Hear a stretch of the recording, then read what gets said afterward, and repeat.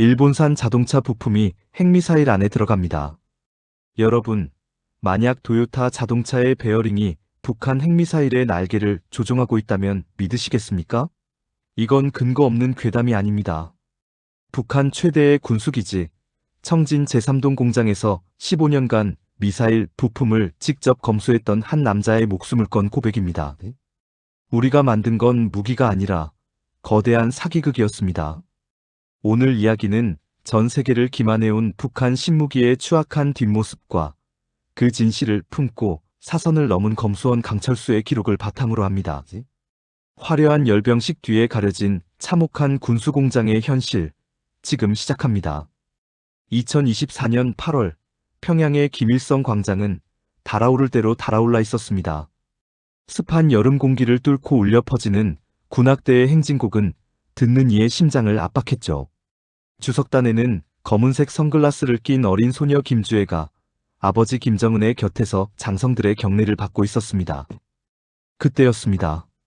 광장 끝에서 거대한 쇳덩이들이 모습을 드러냈습니다. 독일의 타우러스 미사일을 쏙 빼닮은 신형 순항미사일 정용. 8축 16륜 발사 차량 위에 실린 그 위용의 전 세계 외신들은 긴급 타전하기 시작했습니다. 북한, 서방의 기술을 압도하는 정밀 미사일 보유. 하지만 같은 시각, 서울의 국가정보원 분석실에서는 정적만이 흐르고 있었습니다. 정하윤 분석관은 화면을 수십 번 확대하며 미사일의 표면을 훑었습니다. 팀장님, 이상합니다. 장거리 순항미사일이라면 반드시 있어야 할 엔진 흡입구가 보이지 않아요. 공기를 빨아들이지 않고 어떻게 2000km를 비행한다는 거죠? 그녀의 의문은 정당했습니다.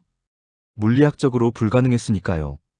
이 거대한 미스터리를 풀 열쇠는 6개월 전 함경북도 청진의 한 낡은 공장에 있었습니다. 함경북도의 겨울은 뼈를 깎는 추위로 시작됩니다. 청진시 외곽에 위치한 군수공장 제3동. 천장에 매달린 낡은 형광등은 영하 20도의 냉기 속에서 비명을 지르듯 깜빡거렸습니다. 그 창백한 빛 아래 강철수가 서 있었습니다. 그의 앞에 놓인 것은 미사일 날개의 각도를 조절하는 핵심 부속인 티타늄 합금 핀이었습니다. 철수의 일은 간단하지만 잔인했습니다. 버니어 캘리퍼스로 치수를 재고 오차가 0.02mm 이내면 합격, 아니면 불합격 도장을 찍는 것이었죠. 철수의 손이 떨렸습니다. 방금 잰 수치는 0.47mm 오차. 이건 불량입니다. 아니, 쓰레기나 다름없었습니다.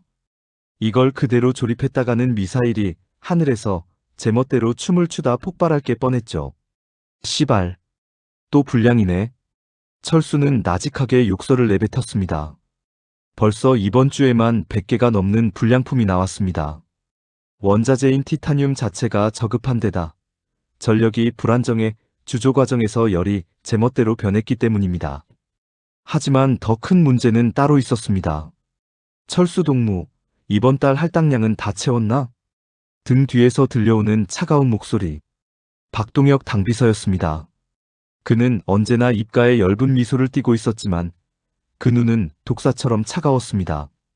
박동혁의 손에는 가죽 표지의 수첩이 들려 있었죠. 그 수첩에 이름이 적히는 순간 그 사람은 다음날 공장에 출근하지 못했습니다. 현재 검수 중입니다. 비서 동무. 박동혁이 철수의 곁으로 다가왔습니다. 그가 철수가 방금 잰 불량 부품을 집어들었습니다. 이 부품 아주 매끈하구만. 우리 공화국의 기상이 느껴져. 그렇지 않나? 철수는 마른 침을 삼켰습니다. 0.47mm의 오차는 육안으로 식별하기 어렵습니다. 하지만 조립되는 순간 치명적인 결함이 되죠. 비서 동무, 사실 이 부품은 오차가 너무 큽니다. 다시 녹여야? 철수의 말이 끝나기도 전에 박동혁의 미소가 사라졌습니다. 그는 부품을 탁자 위에 거칠게 내려놓았습니다. 다시 녹여? 원자재가 어디 있다고 다시 녹여? 동무, 지금 제정신인가? 다음 주면 평양에서 검열단이 내려와. 할당량을 못 채우면 그건 단순한 실수가 아니야. 수령님에 대한 반역이지. 박동혁이 철수의 귓가에 입을 대고 낮게 속삭였습니다. 동무 안에 명예 동무가 요즘 몸이 안 좋다고 들었어. 병원에 약도 없다며?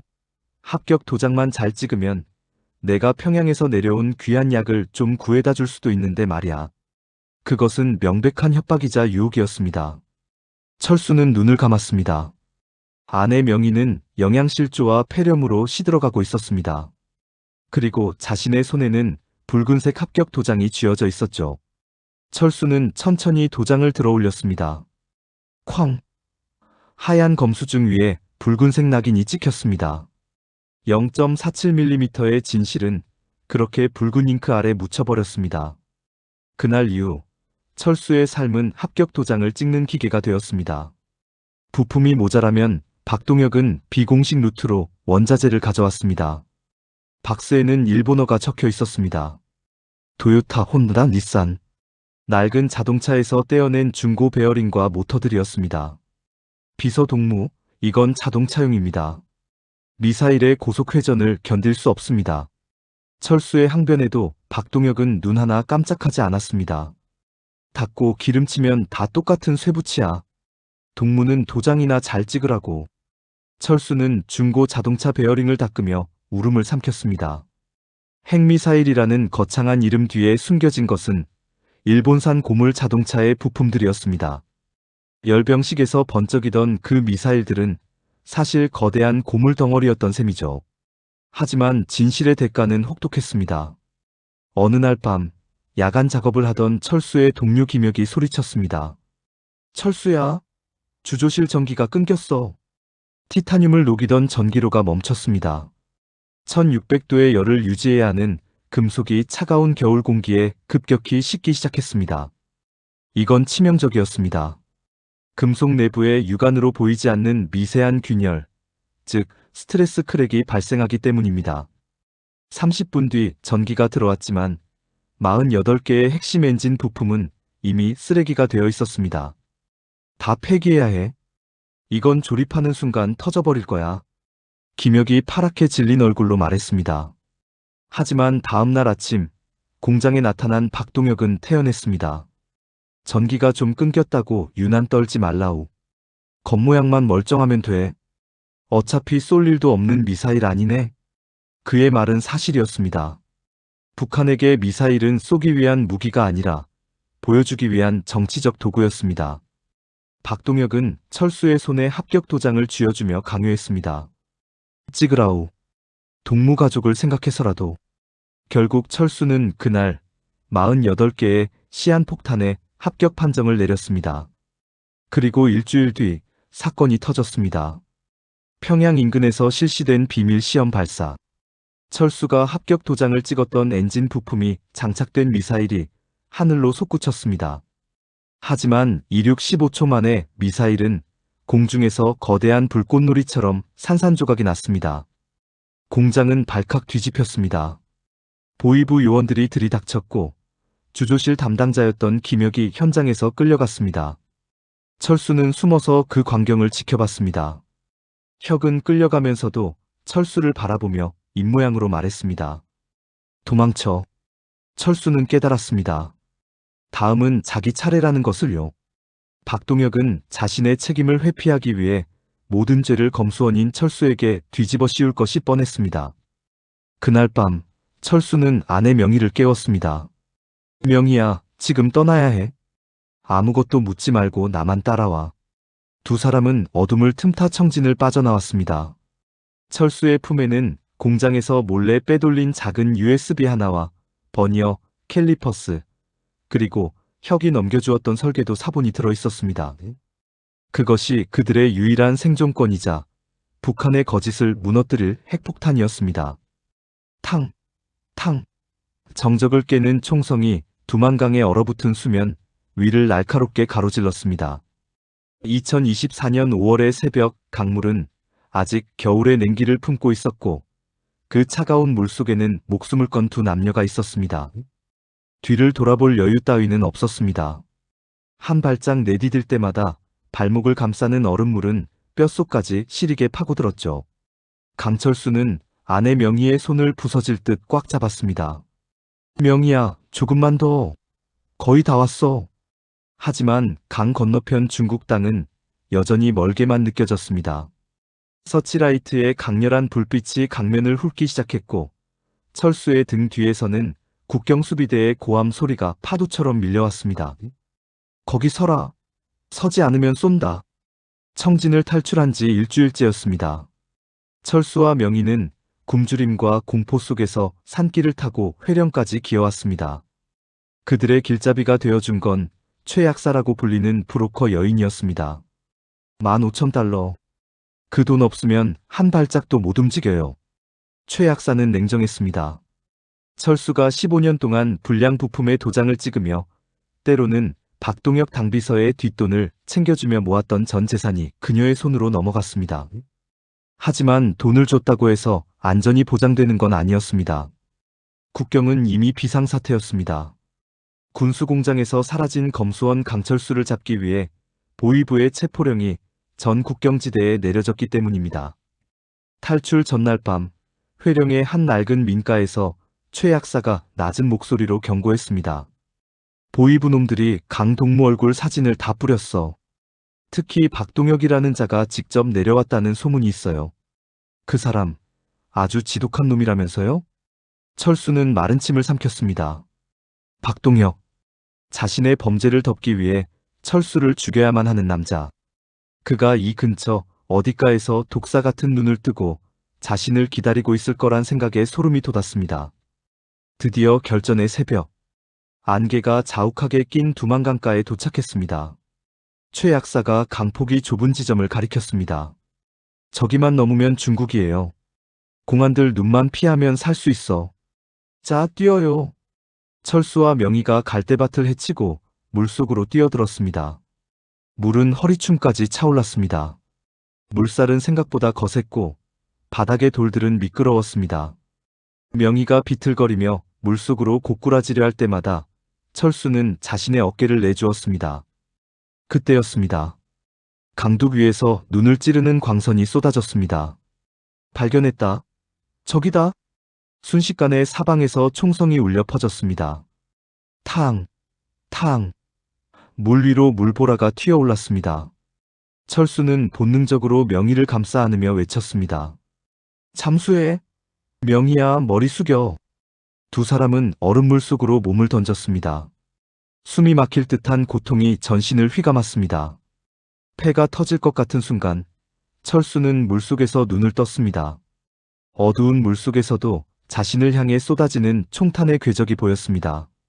강바닥을 짚으며 필사적으로 앞으로 나아갔습니다.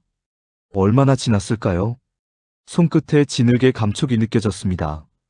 중국 땅이었습니다. 헉. 물 밖으로 머리를 내민 철수가 명희를 끌어올렸습니다. 하지만 안도의 한숨을 내쉴 새도 없었습니다. 뒤를 돌아본 철수의 눈에 믿을 수 없는 광경이 펼쳐졌습니다. 강 건너편 북측 강둑. 서치라이트 불빛 한가운데에 한 남자가 서 있었습니다. 박동혁이었습니다. 그는 총을 든 채 조용히 철수를 바라보고 있었습니다. 거리가 멀어 표정은 보이지 않았지만 철수는 느낄 수 있었습니다. 그는 웃고 있었습니다. 아주 잔인하게요. 박동혁이 천천히 총을 들어 올렸습니다. 목표는 철수가 아니었습니다. 바로 옆에서 허우적대던 브로커 최 약사였습니다. 탕!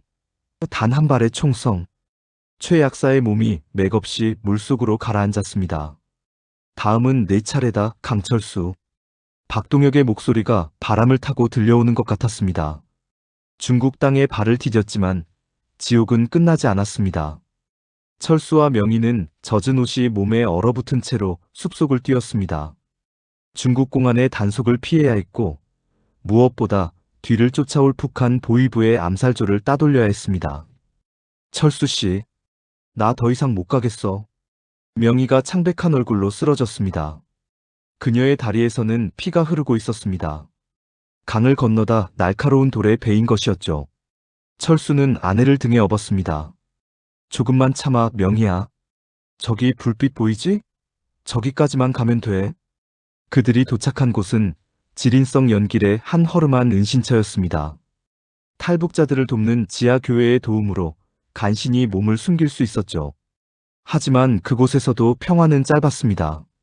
사흘째 되던 날, 은신처의 문이 거칠게 열렸습니다. 공안이다. 다들 엎드려. 중국 공안이 들이닥친 줄 알았습니다. 하지만 그들의 손에 들린 건 공안의 곤봉이 아니라 소음기가 달린 권총이었습니다. 북한 보위부 요원들이었습니다. 철수는 본능적으로 품속에 버니어 캘리퍼스를 꺼내 들었습니다. 15년 동안 미사일을 재던 도구가 이제는 자신을 지킬 유일한 무기가 되었습니다. 이 개새끼들, 여기까지 오다니. 좁은 방 안에서 난투극이 벌어졌습니다. 철수는 공장에서 익힌 투박한 몸놀림으로 요원의 팔을 꺾었습니다. 캘리퍼스의 날카로운 끝이 요원의 목덜미를 스쳤습니다. 비명소리가 터져나왔고 그 틈을 타 철수는 명의를 데리고 창문 밖으로 몸을 날렸습니다. 2층 높이에서 떨어진 충격에 다리가 저려왔지만 쉴 틈이 없었습니다. 연길 시내의 복잡한 골목길로 도망쳤습니다. 등 뒤에서는 차 타이어 타는 냄새와 함께 검은색 승합차가 그들을 바짝 추격해왔습니다. 그 시각 대한민국 서울 국가정보원 분석실의 정하윤 분석관은 중국 현지 정보원으로부터 긴급 첩보를 입수했습니다. 팀장님, 강철수가 연길에서 습격당했습니다. 보위부 암살조가 투입된 게 확실합니다. 지금 확보하지 못하면 북송되거나 현장에서 살해당할 겁니다. 하윤의 손이 미세하게 떨렸습니다. 강철수는 단순한 탈북자가 아니었습니다. 그가 가지고 있다는 정룡의 설계도와 군수공장의 실태는 대한민국 안보의 결정적인 카드였습니다. 현지 요원들 전부 움직여. 중국 공안보다 먼저, 보위부 놈들보다 먼저 강철수를 찾아내. 무슨 수를 써서라도. 연길에 빗물 섞인 눈이 내리는 거리. 강철수는 아내를 끌고 막다른 골목에 다다랐습니다. 뒤에서는 검은 정장을 입은 사내들이 총구를 겨누며 다가오고 있었죠. 강철수, 이제 끝이다. 설계도 내놓고 조용히 따라오라오. 철수는 품속에 USB를 꽉 쥐었습니다. 이걸 넘겨주면 우리는 살 수 있을까? 아니, 놈들은 증거를 없애기 위해 우리를 죽일 거야. 절망적인 순간, 골목 입구에서 강렬한 헤드라이트 불빛이 비쳤습니다. 거친 엔진 소리와 함께 회색 SUV 한 대가 보위부 요원들을 덮칠 듯이 돌진해왔습니다. 차 문이 열리고 한 남자가 외쳤습니다. 강철수 씨, 한국에서 왔습니다. 빨리 타세요. 국정원 요원들이었습니다. 간발의 차로 차에 올라탄 철수와 명희. 뒤에서는 보위부 요원들의 총탄이 차 뒷유리를 박살냈습니다. 엎드리세요. 전속력으로 갑니다. 차는 연길 시내를 광속으로 빠져나갔습니다. 하지만 철수는 백미러를 통해 보았습니다. 박동혁이 무전기를 들고 차갑게 웃으며 다른 차량들의 명령을 내리는 모습을요. 이제부터 진짜 추격전이다. 이 반역자 새끼야. 과연 철수는 단둥을 지나 제3국으로 무사히 탈출할 수 있을까요? 그리고 그가 품은 설계도에는 어떤 무서운 진실이 담겨 있을까요? 지금부터는 국가 대 국가의 전쟁입니다. 실패하면 우리는 강철수 씨를 잃는 게 아니라 대한민국 전체를 위협할 거대한 재앙을 마주하게 될 겁니다. 연기를 빠져나온 회색 SUV 안. 국정원 요원 박 팀장의 목소리는 낮고 무거웠습니다. 차체는 보위부의 총탄에 긁혀 처참한 몰골이었지만 엔진은 멈추지 않았습니다. 뒷좌석에 앉은 강철수는 피투성이가 된 아내 명희의 손을 잡고 창밖을 주시했습니다. 중국 지린성의 광활한 대지가 어둠 속에 묻혀 있었지만 그 어둠 어디에선가 박동혁의 눈이 자신들을 쫓고 있다는 공포는 가시지 않았습니다. 그 시각 단둥의 한 호화호텔 최상층. 박동혁 당비서는 창밖으로 보이는 압록강 철교를 바라보며 시가를 피우고 있었습니다. 그의 앞에는 북한 보위부 소속 정예 암살조 폭풍 7조가 부동자세로 서 있었죠. 강철수가 남조선 괴뢰놈들 손에 들어갔다. 하지만 놈들은 아직 단둥을 빠져나가지 못했어. 모든 길목을 차단하고 놈들이 탄 차를 발견하는 즉시 격파하라. 설계도만 회수할 수 있다면 강철수의 시체 따위는 강물에 던져버려도 좋다. 박동혁의 명령은 단호했습니다. 그는 이번 작전이 실패할 경우 자신이 처할 운명을 누구보다 잘 알고 있었습니다. 평양의 김정은은 결코 실수를 용납하지 않으니까요. SUV는 단둥시 외곽의 한 폐정비소로 미끄러져 들어갔습니다. 여기서 차를 갈아탑니다. 강철수 씨, 명희 씨 서두르세요. 박 팀장의 지시에 철수는 명희를 부축해 검은색 승합차로 옮겨 탔습니다. 그곳에는 한국에서 긴급 파견된 의료진과 또 다른 요원들이 대기하고 있었습니다. 철수는 품 안에서 땀과 피로 얼룩진 USB를 꺼냈습니다. 이게 그 설계도입니다. 김혁이 목숨과 바꾼 겁니다. 박 팀장이 건네받은 USB를 보안 노트북에 연결하자 정교한 암호 체계가 화면을 뒤덮었습니다. 하지만 보안이 풀리는 순간 노트북 앞에 모인 요원들의 얼굴이 경악으로 물들었습니다. 이건 단순한 미사일 설계도가 아니잖아. 하윤 분석관이 원격으로 전송된 데이터를 확인하며 비명을 지르듯 말했습니다. 팀장님 보세요. 이건 정룡의 탄두 제어 시스템입니다. 그런데 시스템 로직이 이상해요. 목표물에 도달하기 전 특정 고도에서 분리되는데 그 안에 담긴 게 핵이 아닙니다. 핵이 아니라고? 그럼 뭐란 말이야? 더 무서운 거예요. 전 세계 레이더망을 마비시킬 수 있는 고출력 EMP 전자기 펄스 탄두와 함께 수천 개의 가짜 탄두 신호를 발생시키는 고스트 시그널 발생 장치가 결합되어 있어요. 즉, 한 발만 쏴도 레이더 상에는 수만 발의 핵미사일이 날아오는 것처럼 보이게 만드는 겁니다. 전 세계 미사일 방어 체계 MD를 완벽하게 무력화하는 말 그대로 재앙의 시스템이죠. 철수는 고개를 끄덕였습니다. 공장에서 제가 검수했던 그 일본산 부품들. 그게 바로 이 고스트 시그널을 만드는 가짜 탄두의 부품들이었습니다. 겉모양은 조잡해도 신호만 발생시키면 되니까요. 하지만 진짜 미사일은 그 뒤에 숨어서 소리 없이 목표를 향해 날아가는 겁니다. 진실이 밝혀진 순간 정비소 밖에서 날카로운 타이어 마찰 소리가 들려왔습니다. 발각됐다. 모두 전투 준비. 박 팀장의 외침과 함께 보위부의 검은 승합차 서너 대가 정비소를 에워쌌습니다. 보위부 요원들은 망설임 없이 소총을 난사하기 시작했습니다. 타타타탕, 쾅. 정비소의 셔터가 종이장처럼 찢겨나갔습니다. 국정원 요원들도 권총과 소화기로 응사하며 필사적인 방어선을 구축했습니다. 철수는 명희를 구석으로 밀어넣고 바닥에 떨어진 쇠파이프를 집어들었습니다. 강철수, 거기 있는 거 다 안다. 설계도 내놓으면 죽지는 않는다. 박동혁의 목소리가 확성기를 타고 들려왔습니다. 그는 이미 정비소 입구까지 다가와 있었습니다. 철수 씨, 뒤쪽 배수로를 통해 탈출하세요. 저희가 여기서 시간을 벌겠습니다. 박 팀장이 소리쳤습니다. 철수는 명희를 업고 어두운 배수로를 향해 뛰었습니다. 쥐 죽은 듯 조용한 배수로 안 물 떨어지는 소리만이 철수의 심장 소리처럼 크게 들렸습니다. 하지만 배수로 끝에서 기다리고 있는 것은 자유가 아니었습니다. 은색 권총을 든 채 차갑게 웃고 있는 박동혁이었습니다. 어디 가나 철수 동무? 자네가 만든 미사일 구경은 끝까지 해야지. 박동혁의 뒤에는 무장한 보위부 요원 둘이 더 있었습니다.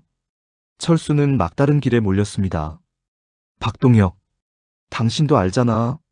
그 미사일이 날아가는 순간 우리 고향 땅도 불바다가 될 거라는 걸. 철수의 외침에 박동혁이 비웃었습니다. 고향? 내 고향은 평양의 주석궁이다.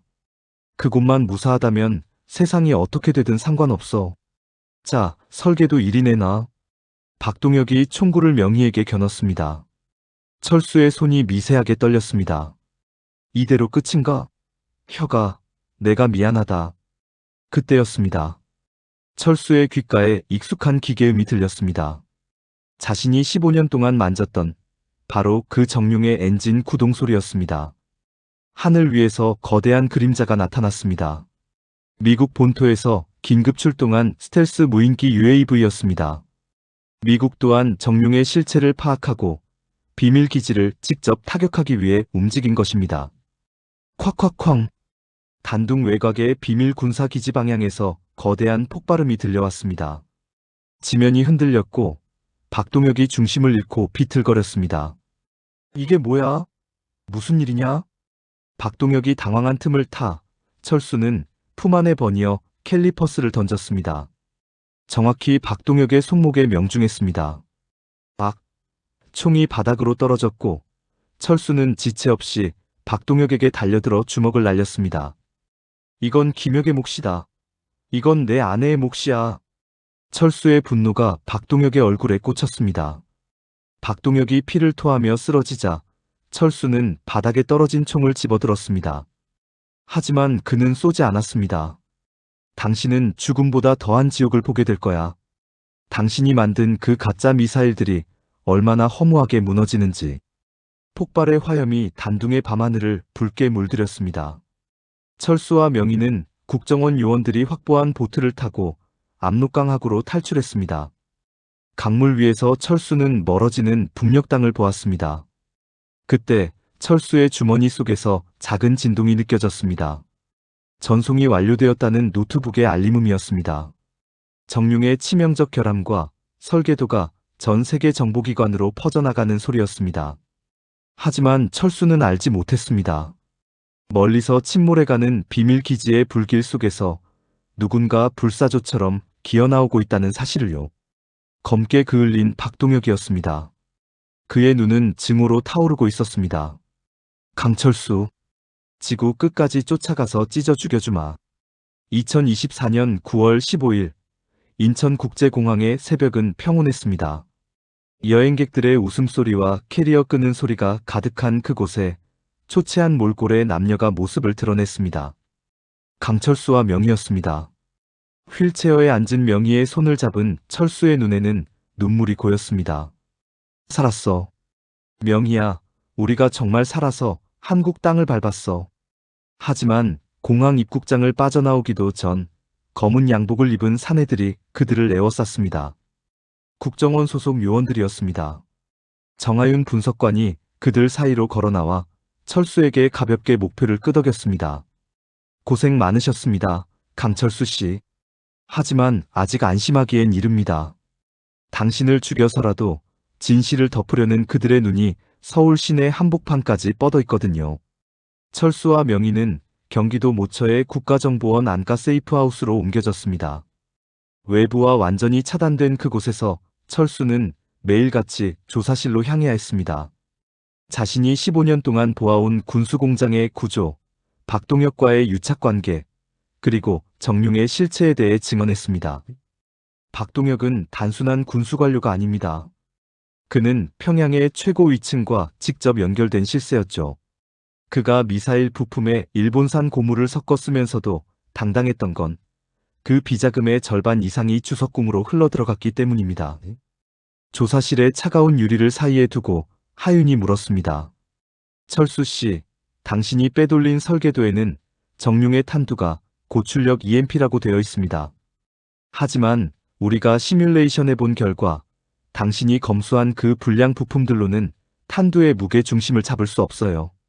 발사하자마자 자폭할 확률이 90%입니다. 박동혁이 바보가 아닌 이상 왜 이런 위험한 도박을 했을까요? 철수는 쓴웃음을 지었습니다. 그게 바로 박동혁의 진짜 사기극입니다. 그는 미사일이 성공적으로 날아가는 것에는 관심이 없었습니다. 발사대 위에 세워두고 전 세계를 위협하며 돈을 뜯어낼 수만 있다면 그게 불발탄이든 깡통이든 상관없었던 겁니다. 하지만 그가 계산하지 못한 게 하나 있었습니다. 철수의 목소리가 낮아졌습니다. 김혁입니다. 제 친구 혁이는 박동혁의 사기극을 알고 있었고 실제로 작동하는 진짜 제어 칩을 몰래 개발해 설계도 속에 숨겨두었습니다. 박동혁은 모르는 오직 김혁과 저만 아는 암호 코드가 있어야만 정룡은 진짜 괴물이 됩니다. 그 순간 안가의 경보음이 요란하게 울려 퍼졌습니다. 에엥, 에엥, 무슨 일이야? 하윤이 무전기를 들고 외쳤습니다. 분석관님, 정체불명의 무장괴한들이 안가 서쪽 담장을 돌파했습니다. 보이부 암살조입니다. 박동혁이었습니다. 단둥의 화염 속에서 살아남은 그는 성형수술과 위조 여권으로 한국에 잠입해 있었습니다. 그는 서울 지하 세계에 숨어있던 고정 간첩들과 보위부 직파 요원들을 규합해 철수를 향한 마지막 사냥을 시작한 것입니다. 강철수, 내 몫을 돌려받으러 왔다. 안가의 복도는 순식간에 전쟁터로 변했습니다. 소음기 달린 총소리가 허공을 갈랐고 국정원 요원들이 하나둘 쓰러졌습니다. 박동혁은 미친 사람처럼 총을 난사하며 철수가 있는 조사실로 향했습니다. 철수는 명의를 데리고 지하 대피소로 향했습니다. 하지만 복도 끝에서 검게 그을린 박동혁의 얼굴과 마주쳤습니다. 오랜만이구만, 철수 동무. 한국 밥 먹으니 얼굴이 좋아졌어? 박동혁의 눈은 광기로 번들거렸습니다. 그의 손목에는 철수가 던졌던 캘리퍼스의 흉터가 짙게 남아 있었습니다. 이리 내놔. 김혁이 숨겨둔 그 진짜 제어 코드. 그걸 넘기면 내 마누라는 곱게 보내주마. 이미 평양에서는 네 처가 식구들을 다 잡아들였어. 네가 코드를 넘기지 않으면 그들은 내일 아침 처형된다. 철수의 심장이 요동쳤습니다. 고향에 남겨둔 가족들의 목숨과 세상을 파멸시킬 괴물의 열쇠.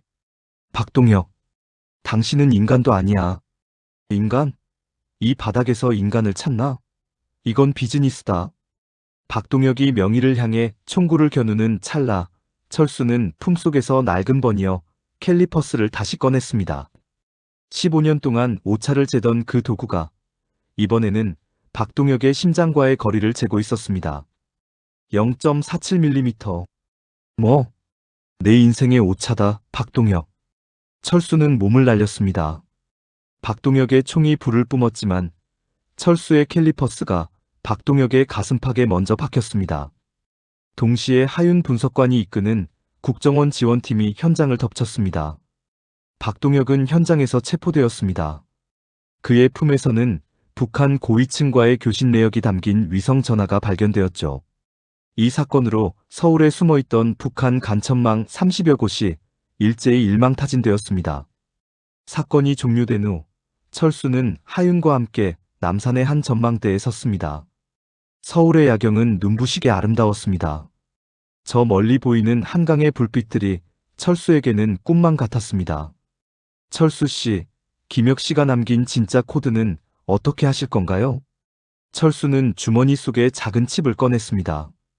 그리고 그것을 한강 물속으로 멀리 던져버렸습니다. 괴물은 깨어나지 않는 게 좋습니다. 혁이도 그걸 바랐을 겁니다. 진실은 설계도 속에 있는 게 아니라 우리가 지키고자 했던 이 평범한 불빛들 속에 있으니까요.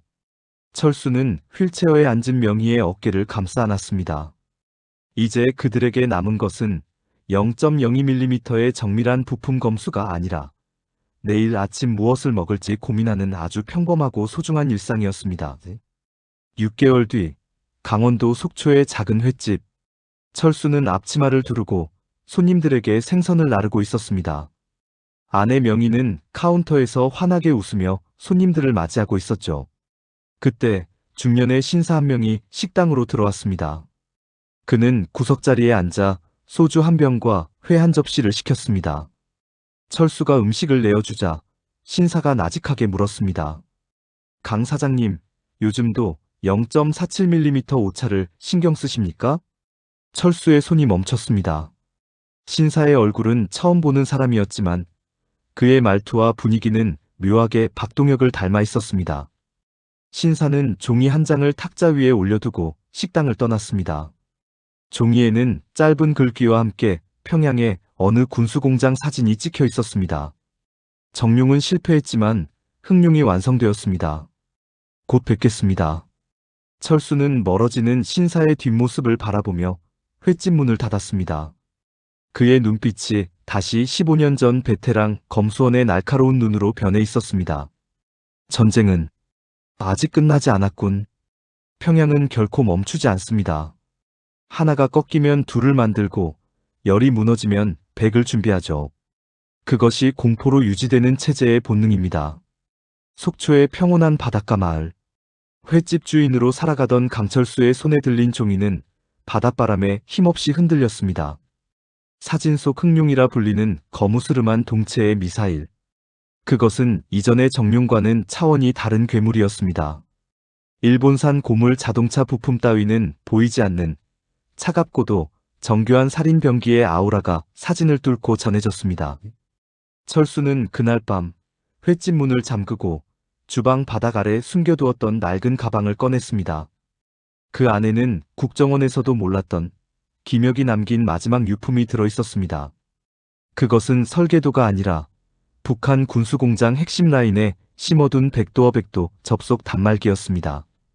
혁아, 네가 이걸 남긴 이유가 결국 이거였구나. 철수가 단말기를 켜자 어두운 화면 위로 녹색 글자들이 폭포처럼 쏟아졌습니다. 청진 제3동 공장의 실시간 가동 현황. 놀랍게도 공장은 24시간 풀가동 중이었습니다. 박동혁이 체포되었음에도 불구하고 평양은 더 잔인하고 유능한 자를 내려보낸 것이 분명했습니다. 그때 철수의 휴대전화가 울렸습니다. 정하윤 분석관이었습니다. 철수 씨, 지금 당장 대피해야 합니다. 속초 시내로 진입하는 정체불명의 차량 3대가 포착됐습니다. 이번엔 보이부가 아닙니다. 평양 직속의 특수공작대 911 연락소 정예병들입니다. 하윤의 다급한 목소리와 동시에 식당 유리가 박살났습니다. 와장창. 어둠 속에서 섬광탄이 터졌습니다. 하지만 철수는 당황하지 않았습니다. 그는 이미 주방에 가스밸브를 열어두고 환풍기를 최대로 돌려둔 상태였습니다. 이리 와라. 이 유령 같은 놈들. 철수는 명의를 미리 준비해둔 지하 창고의 비밀 통로로 대피시켰습니다. 그리고 자신은 식당 2층으로 뛰어올랐습니다. 911 연락소 요원들이 방독면을 쓴 채 식당 안으로 진입했습니다. 그들의 손에는 소음기가 달린 최신형 돌격 소총이 들려 있었죠. 그때 철수가 라이터를 켰습니다. 펑!